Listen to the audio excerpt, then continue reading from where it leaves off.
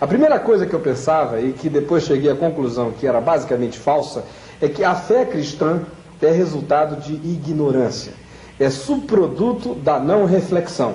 Mas depois eu descobri que uma pessoa, quando conhece a Jesus Cristo e se torna uma cristã, não comete um suicídio intelectual.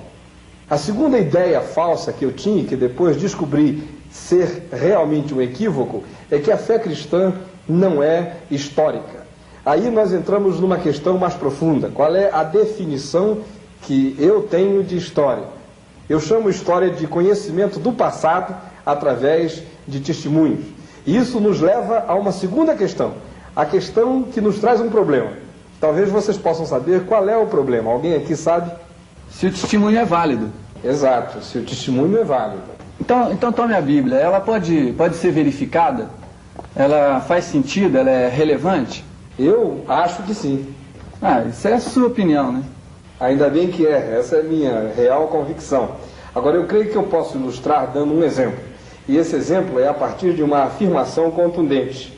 Para mim, o Novo Testamento é mais válido do que qualquer dos mais importantes e célebres livros da literatura clássica. E a essa altura, eu posso até imaginar o nível de ironia que acometeu a cabeça de alguns de vocês. Porque eu tenho feito essa afirmação em muitas universidades, pelo Brasil afora, e já havia estampado no rosto de alguns professores de história um sarcasmo significativo quando eu faço essa afirmação. Mas eu quero ser contundente, ser rotundo e afirmar de novo. Para mim, o Novo Testamento, ele tem mais validade histórica do que qualquer dos mais eminentes livros da literatura clássica. E quando a ironia se estampa nos rostos de algumas pessoas, eu gosto de confrontá-las com algumas demonstrações. Em primeiro lugar, eu chamo a prova da bibliografia. Nós vamos avaliar qual a distância que há entre o tempo no qual o original de um texto foi escrito e a cópia mais velha que nós temos hoje desse original nas nossas mãos. Porque todos nós sabemos que a literatura antiga era escrita em material perecível. Então ela tinha que ser recopiada constantemente. Vamos pegar um exemplo que nos vem da literatura clássica. Vamos ter em mente os textos de Platão. O texto mais antigo que temos de Platão tem 1200 anos de distância do momento histórico no qual Platão o escreveu. Da época quando Tucídides escreveu até a cópia mais antiga que nós temos, passaram 1300 anos.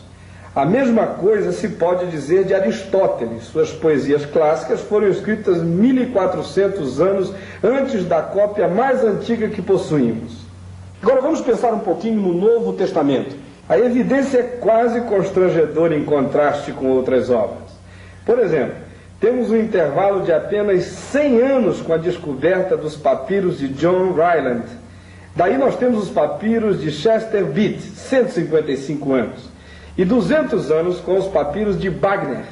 Esses papiros são várias porções das Escrituras. Só com isso há mais validade para o Novo Testamento do que para a literatura clássica. A segunda prova que eu chamo é a da manuscritologia. Deixe-me explicar a você do que se trata. Diz respeito à quantidade de cópias que se tem de um presumível texto original. Quanto mais cópias ou manuscritos, mais facilidade para se reconstruir o original e verificar se houve qualquer imprecisão. Eu vou ilustrar isso com Platão. Qualquer dos livros que você tenha nesta universidade sobre Platão vem de uma das 7 cópias que se tem de Platão no mundo. A mesma coisa se pode dizer de Tucídides, acerca de quem se tem 8 cópias, ou mesmo de Aristóteles, de quem se tem 5 cópias. Contra isso, no entanto, o Novo Testamento se apresenta com cerca de 14.000 cópias. Cópias em abundância. Concluindo, eu queria dizer a vocês o seguinte: se eu for modesto, eu direi que o Novo Testamento tem pelo menos a base histórica para estar em pé de igualdade com os mais eminentes textos clássicos. Mas se eu for honesto, eu direi que ele tem muito mais base histórica.